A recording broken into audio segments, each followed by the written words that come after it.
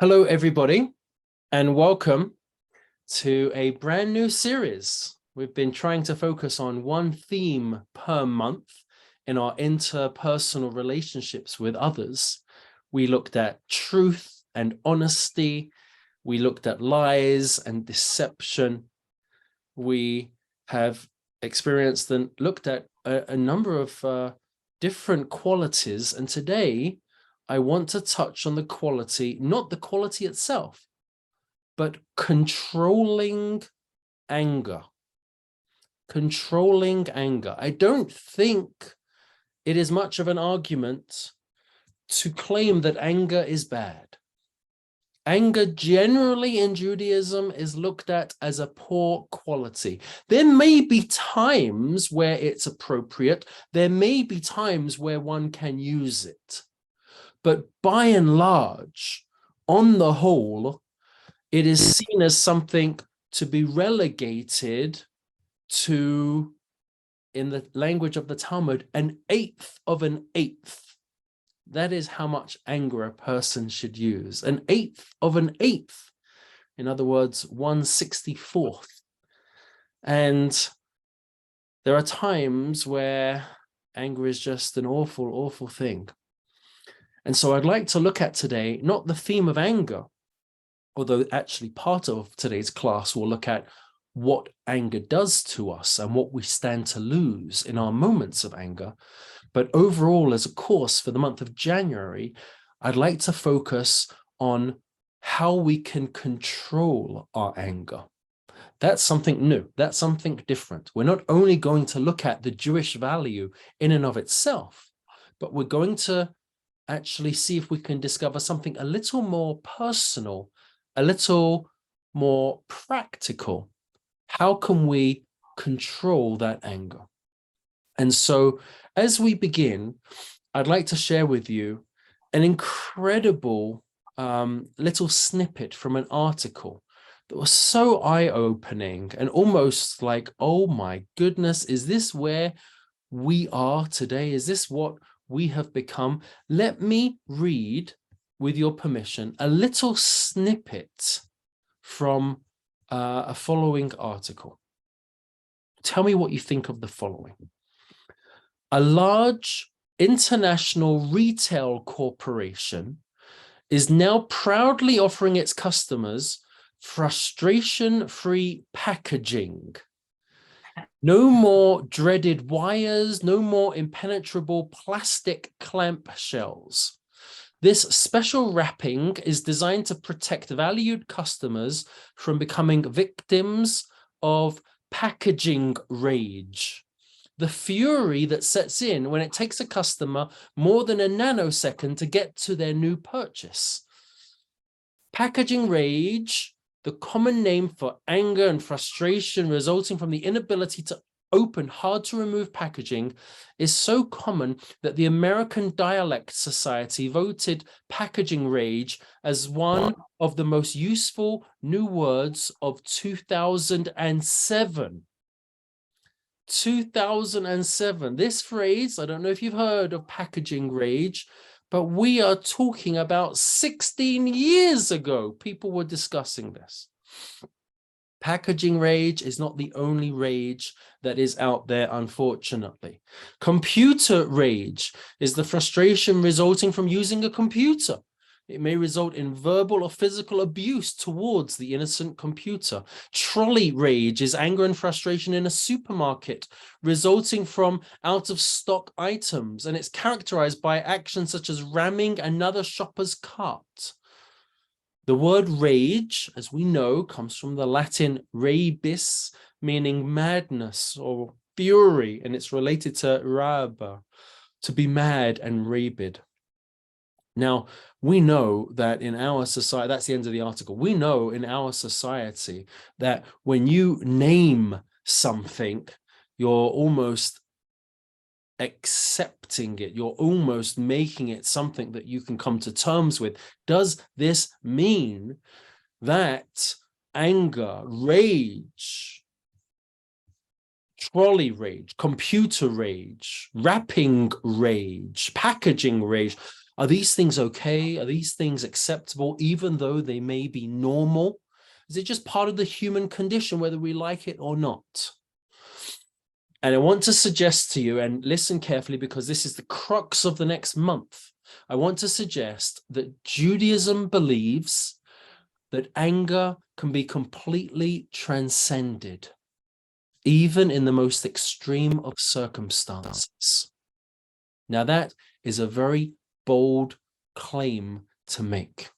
Even in the most extreme of circumstances, we believe that anger can be transcended. And indeed, once in a while, the acts of an individual can be so outstanding, so exemplary, that it serves as a beautiful example of what the rest of us can all achieve. A person can be in control of their emotions, and a person can control the development of their character traits and not let our character traits control us. This, by and large, is, in a nutshell, the theme of the entire year, never mind the theme of the entire month. I'll repeat that because it's central. A person can control the growth and development of their character traits and not let their character traits control them. I want to share with you an incredible story that took place in the city of Jerusalem a while ago. Have you heard of a concept called a gemach? Has anyone heard that name, gemach? Gemach is an acronym, so don't worry if you haven't heard of it. It's the two letters Gimel and Chet. Gimel, Mem, Chet. Gemach stands for Gimilut Chasadim. That you've heard for. Gimilut Chasadim, or in its shortened version, Chesed. Okay, now everyone's heard of Chesed. Gimilut Chasadim, acts of loving kindness. And believe it or not, a gemach, what is a gemach? A gemach is a charitable organization. You can find gemachs, as they are colloquially referred to by English-speaking Anglos using Hebrew terms. Gemachs, plural, is a charitable organization, and they don't just deal with charity. You can find a gemach for starting up a home. If you need plates, knives and forks, pots and pans, a kettle, even an oven. There is a gemach in my neighborhood of clothes for weddings.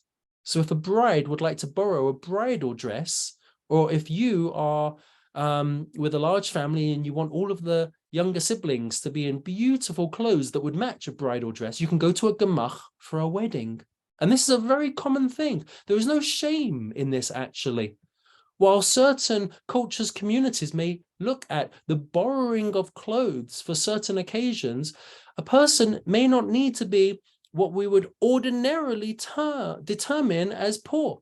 A person who is not under the poverty line, a person who is not struggling, may nevertheless not have access to something very fancy, and they may go to their local gemach to borrow clothing for a special occasion.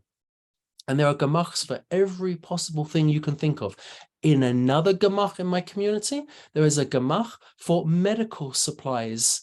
If a person needs a wheelchair, if a person needs a pair of crutches, if a person needs an oxygen machine, things which they may leave the hospital in need of, and yet the hospital themselves will not lend out. So believe it or not, there are gemachs for medical supplies and everything in between. The following story takes place with a gemach in Jerusalem, which traditionally was handing out what an original gemach handed out: money. Here is our story. The gemachs of Jerusalem were open all day Thursdays. Why Thursdays? Think for a second and it will instantly become apparent. They were open Thursdays because they wanted to make themselves available to lend out money to people who needed to borrow so that they could purchase food for Shabbat. If you might not have had enough food for Shabbos, you went to your local gemach on a Thursday, borrowed money, and then you could buy your shopping for Shabbat. By Thursday night, all of the local gemachs of Jerusalem would close their offices, mainly because, you guessed it, the money that had been available to them for that week was now already used up. It was gone. They had handed out all of the compassionate usage of the sums of money that they had. One gemach, however, remained open on Friday mornings. The compassionate and sympathetic owner of this gemach kept his open just in case somebody needed his help last minute on a Friday. And true, he oftentimes did not have large sums of money to even hand out by the time Friday came around, but he felt, look, you never know. And you really, if somebody is desperate, how helpful could it be to save them in their moment of need of desperation on a Friday morning? One Friday, when all of the gemachs in Jerusalem were closed, except for this gentleman's, a young married man came in and asked for money for his family's Shabbat food. And the owner of the gemach immediately recognized him. And the reason he so quickly recognized him is because this gentleman had come to him for help just the day before. And he turned and he said to him, if I remember correctly, you were here yesterday. And if I remember correctly, I handed you out money yesterday as well. The young man's face flushed, and suddenly he turned very angry. And he screamed back at the owner, are you trying to tell me that I don't need the money? No, not at all, said the owner. That's not at all what I'm trying to explain. Well, then lend me the money that I need. I've already got people that will co-sign for the loan. I'm good for it. I'm desperate. Now, the owner of this gemach looked at the young man compassionately, but nevertheless, he found himself explaining that the policy of the gemach was not to lend twice within the same week, and especially not twice within such a short period of time. The young man, in response, was enraged. He was so furious, he started screaming. He turned towards the owner, started walking right up to him, and he slapped him across the face, full force. The gentle owner of the gemach just stood there in shock and disbelief. No one had ever had the audacity to scream at him, let alone slap him. And at this point, the assistant who was standing next to him stepped forward to try and defend and save his boss, but actually his boss held him back. Wait a moment, he turned to his attendant. And you wait a moment here too. He turned to the young man who had come asking for the money. I'll be right back with your money. Just give me 1 minute. And after turning and going into the back room, he came out, and with the sum of money that was asked for in fresh bills, he put it all into the young man's hand and wished him well. The young man thanked him and left. Now, because of all of the noise and commotion that had taken place, few of the neighbors had gathered in the offices to find out what was going on. One man spoke up and said, if I was in your shoes after such a humiliation, I would have demanded he give back the money from yesterday. And then I would have pushed him out the door.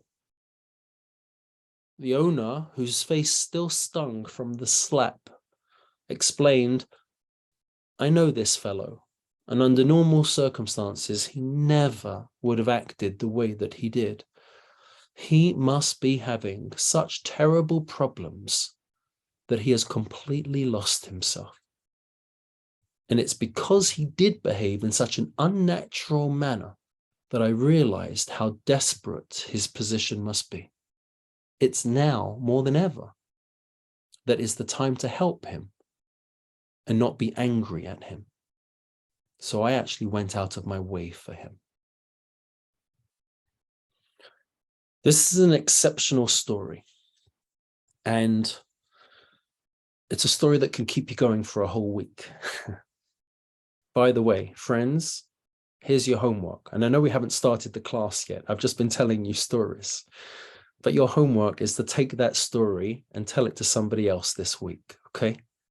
It's a very powerful story. The more we reflect on it, the more we meditate on it, the more we might be able to inculcate a part of its message. And that's actually precisely our course this month. From a Jewish perspective, hear me so carefully. Not only can our anger be transcended, but it can be considered foolish to remain in a state of anger. This is an incredible claim that Judaism makes.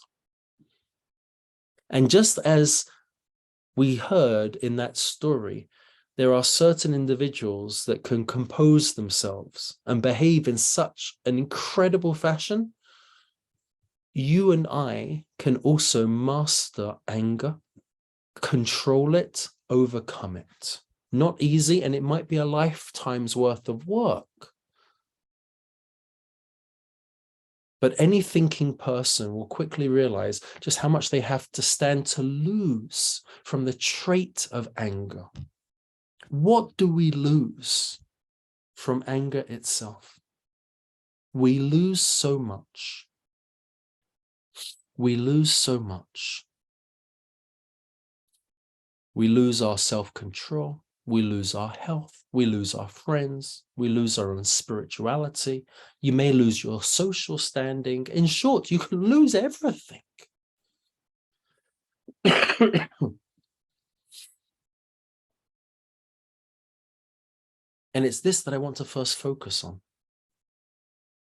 What could we potentially lose when we touch on anger and let it take a hold of us? And so please join me as we jump into some of the sources and we take a look at what we potentially stand to lose from anger. We start with the book of Kohelet. The book of Kohelet reads, "Be not hasty in your spirit to be angry, for anger rests in the laps of fools." What an amazing verse. Be not quick in your spirit to be angry, for anger rests in the laps of fools. King Solomon, the author of Kohelet, is teaching us a very bold claim. Now, you might disagree with King Solomon, but King Solomon is claiming that it's foolish to be angry. Now, you might say, I can't help it. I'm just an angry person. It's how God made me. I'm so quick to be angry. I'm angry. King Solomon says, a person can control that. And actually, to be angry is to be engaged in silliness. It's foolish. What happens when we become angry? Take a look at the Talmud. This is an unbelievable statement. Reish Lakish Amar.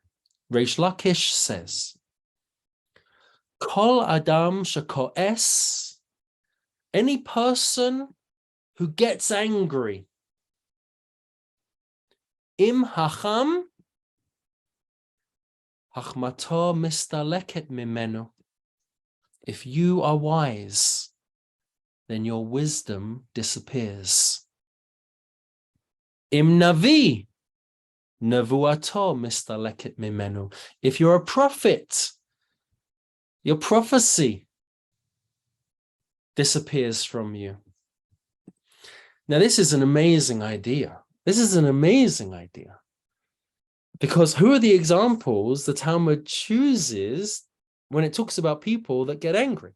A wise person and a prophet. It doesn't say, if you're a low-class bore and you get angry, well, then shame on you. No. It's talking about the wise person. And we know for the Talmud that the wise person was their model, their perfect person. The Navi, the prophet, if you're a prophet and you get angry, your prophecy disappears. By the way, who was the wisest of them all and who was the greatest of all of the prophets? None other than Moshe, Moses. Why did Moses not enter the promised land? Who remembers? Who remembers? What was Moshe's one singular mistake in the whole Torah? Yes, very good. I see you, Hershey. You're putting a hitting of a rock sign in front of me. Moshe hits the rock and is angry. Maimonides will write in one of his books that the reason Moses was punished was because he had no right to get angry. And yet he lost his temper. Amazing. Amazing. Moshe gets punished for his anger. And he was the greatest of them all. And yet, according to the Talmudic piece we just saw, if you're a chacham, your chokhmah disappears. If you're wise, you lose your wisdom. Now, I don't think that means forever, but rather what? I think in the moment. In the moment. Psychologists have a good term for this. They call it entering into the red hot zone.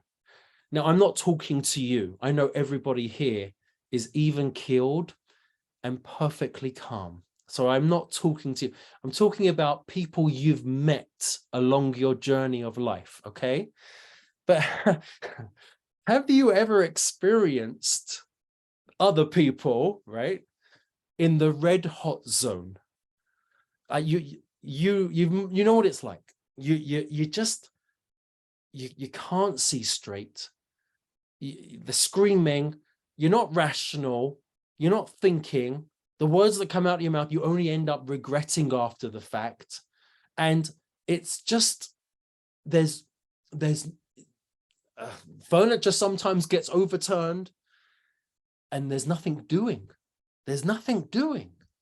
Because when you are in that red hot state, I was going to use a different phrase, but I'm trying to steer away from. I was going to say a red mist, but I don't want to use that expression. Does everyone know what expression a red mist is referring to? Okay, I'm not even going to go into it. It was the wording that Harry chose in his autobiography that came out across the world today to describe the fight he got into with his brother when his brother pushed him. And he said, I saw a red mist appear across his face. But I'm so upset with him. I don't even know why I'm bringing him up. Okay, forget it. I'm not going to talk. I promised myself I wasn't going to talk about Harry today. I'm very upset with him. Not angry, just upset. So you get into this red hot zone. You get into this red hot zone and you become furious. And in that moment, whatever you may have, you lose. You're a prophet. You've lost your prophecy. Amazing. Amazing idea. Let's go back. Maimonides, the Rambam. Look at what the Rambam instructs. This is fascinating. Those who, by the way, where's this taken from? Hilchot Deot. Hilchot Deot is translated as the laws of conduct, or, excuse me, even better, the laws of personality traits. Maimonides has a whole section of law titled the laws of personality traits. By the way, that would make for a fascinating session to go through that book. It's a tiny little book, but it's fascinating. It speaks about all of the different personality traits, how a person should conduct themselves in this world. Amazing. Look what he says. Those who frequently become angry have no quality of life. That's a strong thing to say. You know what? I think it's even stronger in the Hebrew. Look at the Hebrew.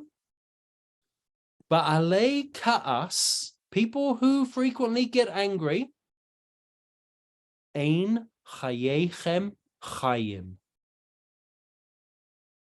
You don't even need to read Hebrew to understand Hebrew to know what exactly. Ein chayechem chayim.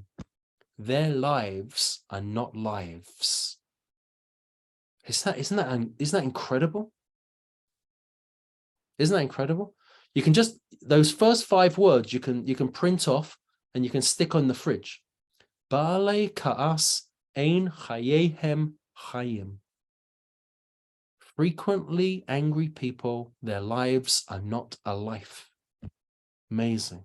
Therefore, our sages instructed us to distance ourselves from anger to the farthest degree until a person acts as though he does not sense even those things that would justifiably anger a person. Wow. Wow. What are you supposed to do? And here we have our first hint at a behavioral modification. That's how we would describe it in modern terms. A behavioral modification. You should distance yourself until a person acts as though he does not sense even those things that would justifiably anger a person. Okay, he doesn't explain how you get there. Doesn't explain how you get there. We're going to go on. There's a lot that I'd like to get through. Anger causes a person to be stubborn. And because of his anger, a person will not make concessions and he will not admit the truth. Have you found that to be the case? What happens when we're angry? You know, one of the things that happens, we stick our heels in. Even when we might be wrong, even when we could have been prepared to acknowledge that we were wrong, we stick our heels in. This is one of the awful aspects of anger. It doesn't allow us to admit the truth. We stop making concessions.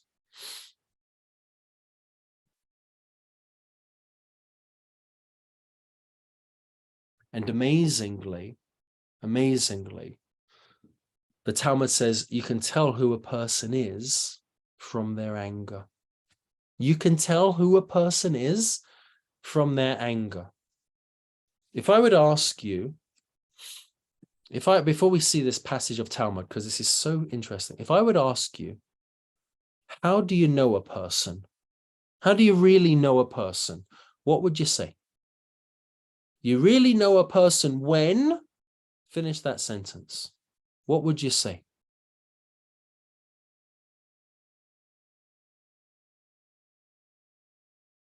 You really know a person when? Give me your own answer. Don't worry. I'm not looking for you to get the Talmud's correct answer. What do you think? When do you really know someone? When you see them? I was going to say when you know how, when you have an expectation of how they're going to react to things, you know how they react. You know how they react. For good and for bad? Well, you trust how they're going to react. Okay. When you think you can trust how they're going to respond. Okay. Susan, how do you really know a person? You're on mute. Hang on, I'll unmute you, Susan. Yes. Go for it.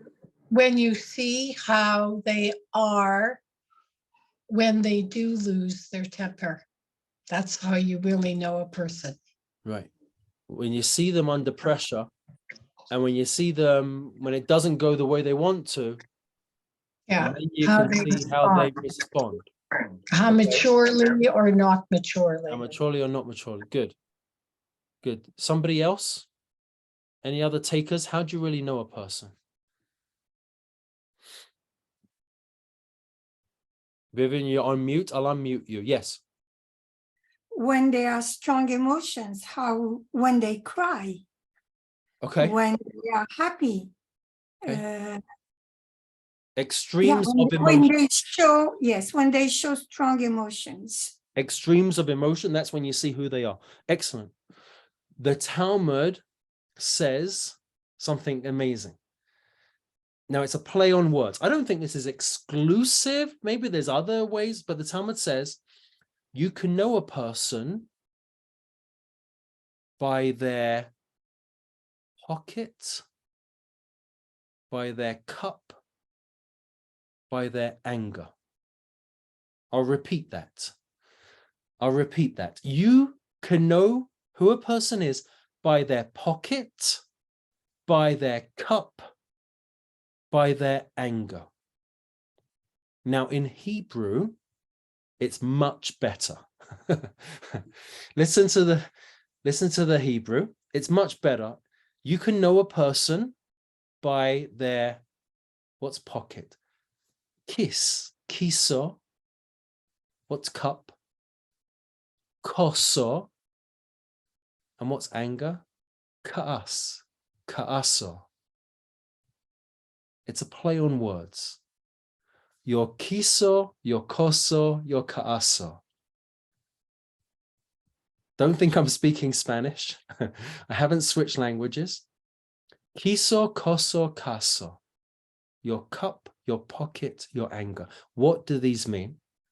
Your kiso, your pocket, what do you spend your money on? Do you know how you really know who somebody is? Look at what they spend their money on.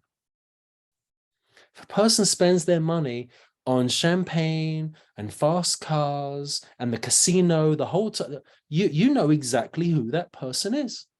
Take a look at that person's bills, and if all you see are champagne and fast restaurants and fast cars, okay, that's a certain type of person.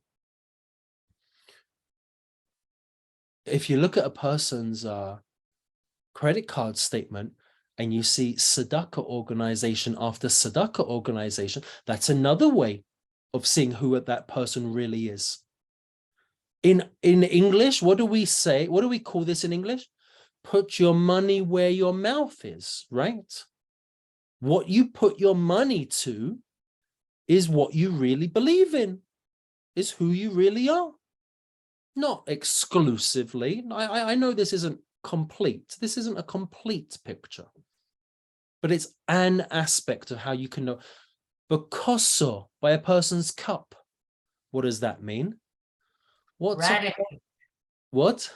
Gratitude. No. How full is your cup? No. Nice No. guess. Nice guess. Give me another guess. Go more literal. More literal? What is a person like after they've had a glass of wine or two? Oh. The Talmud says, it's fascinating. The Talmud says, you want to know who a person really is? Get them to loosen up a little bit. Have a couple of drinks. Are they aggressive? Are they angry? Are they pushing their weight around? Maybe they're gentle. Maybe they're loving. Maybe they are somebody who wants to give. Maybe they're somebody who just wants to take. Very interesting. You see a person a little bit better by how they respond to alcohol. Again, this is a generalization. Don't take this to an extreme and think that this is an ironclad, hard and fast principle. Talmud's giving a hint. And kasa, a person's anger. This is amazing. Based on how a person responds when they are angry or when they have reason to be angry, that tells you in their response who they are. I want to show you this inside. It's fascinating.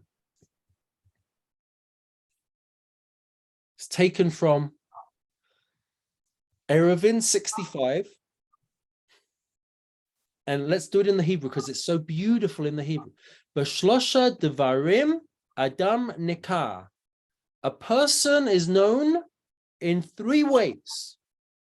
B'koso, ubakaso, ubakaaso.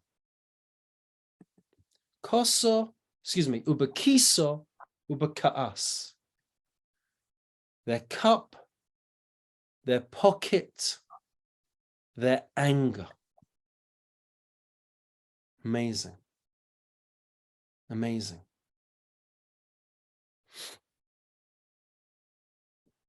These are the ways that a person is known.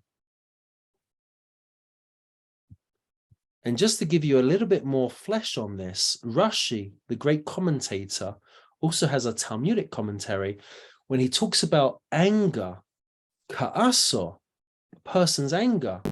He says that he's not upset by things that anger most other people. That's how you know a person's character and that they can control their anger. How they are in control of it. Would most people get angry by this? And Rashi says, a person who can control their anger is that they don't get upset by the things that most other people get upset by. Very, very interesting. Very, very interesting.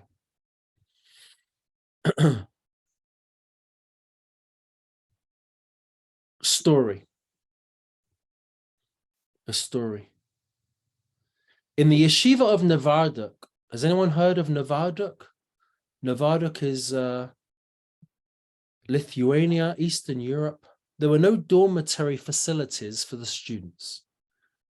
Instead, they were responsible for their own accommodations, and most rented rooms nearby from owners who were happy to have them as tenants. There was one exception. One building where there were more than 20 rooms that were occupied by the students.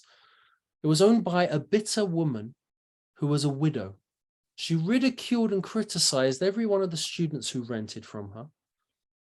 Her anger even led her to sometimes turn off the water and electricity on Friday afternoons. Soon, her harassment became too much to tolerate, and the students moved out one by one. Only one student remained, Yosef Geffen. We have his name. One morning, as he was coming home from shul, the woman yelled at him, "You must be crazy. How can you stay? How can you still stay in my building? You see that all the other boys have moved out. Why do you insist on staying?" Yosef paused for a moment and then said softly to the woman, "I stay here for your sake. I realize that you live alone, and I fear one night you may fall or become ill and call out for help, and there'll be no one to hear your cries. I understand that when you yell at us, you're merely letting out your frustrations and anger about being widowed and struggling. I therefore felt that it was proper for me to stay, just in case you might ever need help." The woman's face changed. This was not at all what she had expected to hear. She was so surprised by the unexpected concern that she literally pleaded with the student, "Forgive me, forgive me, forgive me, young man. It never dawned on me that that was the reason you were staying. How kind and gracious of you." For days afterwards, she never said anything but kind words to the students she met. And slowly word got around that she was no longer bitter and angry as she had been. And the students started to move back into the building until all of the rooms were once again filled. I think that story is a really powerful story because, to my mind, what that story does is it tells us, it reminds us what it is that we lose when we become angry. What we lose is everything. In that example, the woman ended up becoming isolated and lonely. And what was the cause of that isolation? Her anger. And what was the cause of her anger? The fact that she was struggling in her own personal life. And what's fascinating to note is that the students moved back in when her anger had subsided.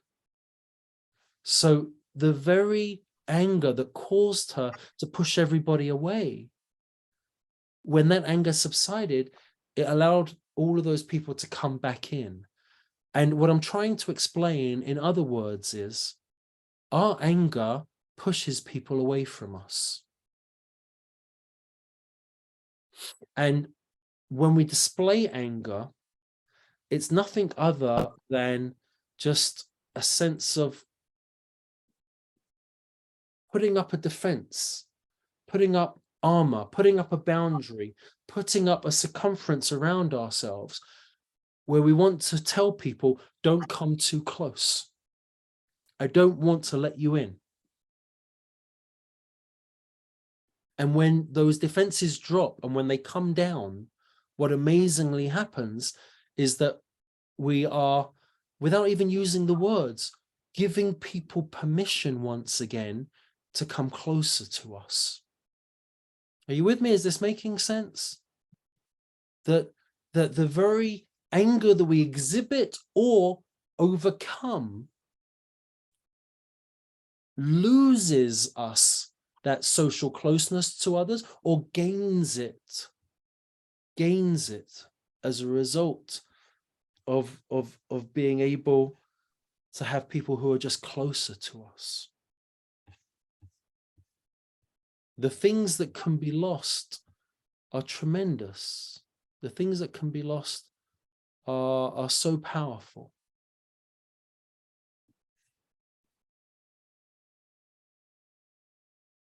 I want to focus on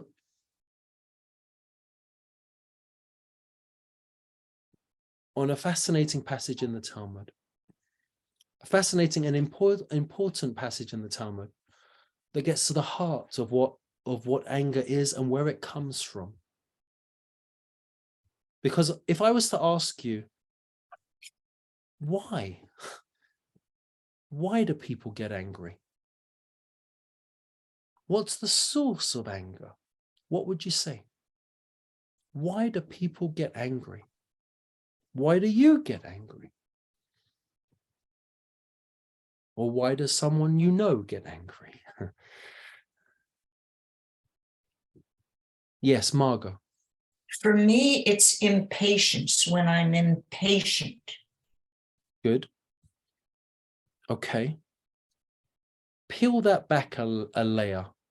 If I were to take a deep breath, not be impatient, stop and think about it, it would be much more likely that my reaction would be different Okay. than that which exudes anger. Excellent. It's an impatience. Okay, thank you. Someone else. Why do you get angry? Why do people get angry?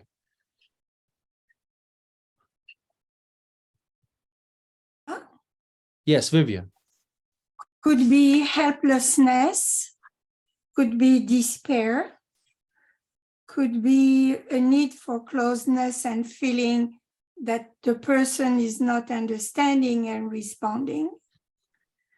It could happen when you hope for closeness and help, financial, whatever, and you see the others completely closed and judging you instead of understanding you. Excellent. Excellent. Thank you. Somebody else? Yes, B. I'll unmute you. Yes. What makes me angry, not always with fierce anger, but when I am treated rudely for no apparent reason. It doesn't necessarily mean that I have violent anger, but I don't understand why people can't be more pleasant in their approach to others. Excellent. Thank you. Thank you. So you've all said a variety of excellent answers. I want to share with you, I don't think that the following source in Judaism negates any of you, but I think it's at the roots, perhaps, of all anger. It's at the root, perhaps, of all anger. And understanding this is the greatest key to being able to unlock how to control it. Take a look at the following. Take a look at the following.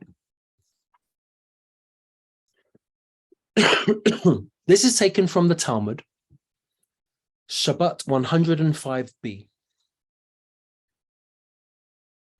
And it claims that when a person is overcome with anger, they are subject to a foreign god. This is an incredible idea. This is an incredible idea. Excuse me. Take a look at the following. A person who tears his clothes in anger or breaks his possessions, you throw your glass at the wall, whatever the case may be, or scatters his money in rage, is considered as though he worships idols. Now stop there for a second. I want to remind you that worshipping idols was the code word for like something terrible. Something terrible. So clearly the Talmud is saying it's awful to get angry. If you tear your clothes in anger, you break your possessions, or you scatter your money in rage, it's as if it's terrible. It's the worst thing you can do. And what's our euphemism for saying something's terrible? It's as though you worshipped idols. But now take a look carefully, because what happens next is a genius move, and psychologically it's so deep. The Talmud says, is there a verse that can allude to this idea? You made a very bold claim. If you get really angry, it's like worshipping idols. What is the verse that alludes to this? Excuse me. It is a verse from Psalms, Tehillim, that says as follows. I'm going to read the Hebrew. Lo yeh b'cha el zar. There should not be a foreign god among you. Lo yeh b'cha el zar, v'lo tishtachaveh le'el necha, and nor should you bow down to an alien god. It's a verse in Psalms, Tehillim. There should not be any foreign gods within you. But look at what the Talmud does. If you look at the highlighted area in the Hebrew, I'll make it a little bit bigger. Lo yihye b'cha el zar. There should not be within you a foreign god. Now that could be translated as within your midst, within your homes, within your communities, within your societies. There should not be within your environments a foreign god. But the Talmud says, read it differently. Lo yeh b'cha. There should not be physically inside you a foreign god. Well, hang on a second. Do I ever have a foreign god that's inside me? Who's the foreign god that's inside of me? And the Talmud goes on to say, yes, there can be a foreign god inside of you. Havi omer ze yetzer hara. This is the evil, destructive inclination inside of each person. And when a person is angry, when a person is feeling a sense of rage, they are actually a servant of that foreign evil inclination within side of us. Now, what's this saying? What's this suggesting? I want to say something fabulously important. Oh my gosh, I just looked at the time. How could that be? We've run out of time. Okay, I'm going to have to condense like a very, very big idea into this. Stay with me and we'll finish with this. This is a fascinating but extremely important idea. When we get angry, no, let me say it differently. When we're living our lives and everything is happening the way that it should be happening, we think that we're in control of the world. We think we are running the world and everything is happening the way we want it to happen. I'm working, I have a deadline, I have certain aspects that I am in charge of, that I'm responsible for, things that must get done. And all of a sudden I'm distracted, I'm interrupted. I'm told that I should stop doing what it is that I'm doing right now because something else needs my, and I'm like, no, don't disturb me. Don't interrupt me. I'm doing something very important right now. I need to hit this deadline. I need to make sure this happens. What's happened at that very moment when I'm interrupted, when I'm distracted, when I'm disturbed? Something's happening. I am being reminded that I'm not in control of the world. I'm not in charge of every circumstance, and I don't get to dictate how everything is happening.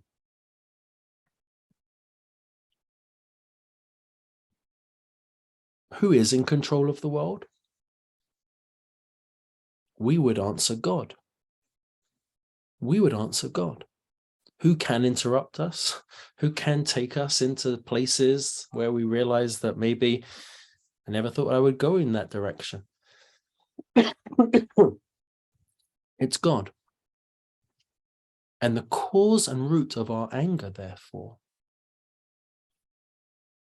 is that we forget that there's also a God in this world. I know I'm saying it in a very strange way. There's also a God in this world. But in our moments of anger, we don't believe that there is God in this world.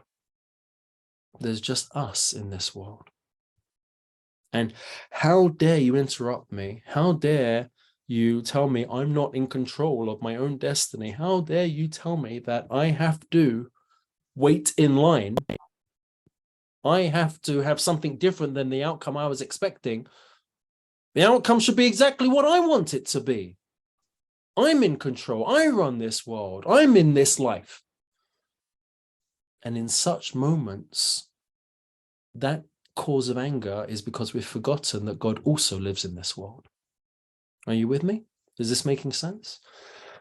And so therefore, if we were to believe that God is a part of this world and is a part of our journey with us, could God make the telephone ring right now and say, my goodness, you got to come downtown this second. Something's happened. We need you. There's an emergency. Get here as quickly as you possibly can. Could God orchestrate such a thing? Or you're caught in traffic, or just the trivialities of this world that can push a person's buttons. If we would live with a consciousness that I think I know what I'm going to do today, have a plan of what I would like to achieve. Will I get there? It's not in my hands. We'll see what God has in store for me today. If a person has that humility to walk this journey of life together with God, then when things don't go our way, when we are stuck in traffic or in our relationships or with our expectations or with the things ourselves that we would like to see better, but we haven't yet achieved, we can remind ourselves that we are not the full picture here and that God is a part of this picture as well. And in those moments, what can sometimes give rise to anger can instead be overcome. Now, if you were to prepare for this, if you were to practice for this, it would be easy. If I would say, let's take the next 5 minutes to just go into an exercise where we say, God is in this world as well. I'm not master of my own destiny. Anything can happen in this life. Maybe in 5 minutes, I'm going to get a very difficult phone call. I'm going to have to change my day, and I'm going to have to change my routine, and I'm going to have to fly across the world for whoever knows what reason. It's going to ruin so many of the things that I had planned. And then imagine in 5 minutes from now, the phone did ring and everything did change. We would be prepared. We would have worked upon it. We would have been expecting it. It would be something that we could handle. We would have equanimity when the moment arrives. The trick with life is that the moment arrives when we're least expecting it and in the worst possible of times. So you're getting a sense already, you're getting a peek, you're starting to see how there could be strategies for dealing with anger, but at its root, perhaps, what anger is the failure to see God as part of a picture of our lives. And to the degree that we can make him a component of our lives is the degree that we can live in an uncertain world where things don't always go the way we would like them to, when we would like them to, how we would like them to. And still, we cannot lose our cool in the process. Okay, thank you very much. Questions, comments? We will pause here for today.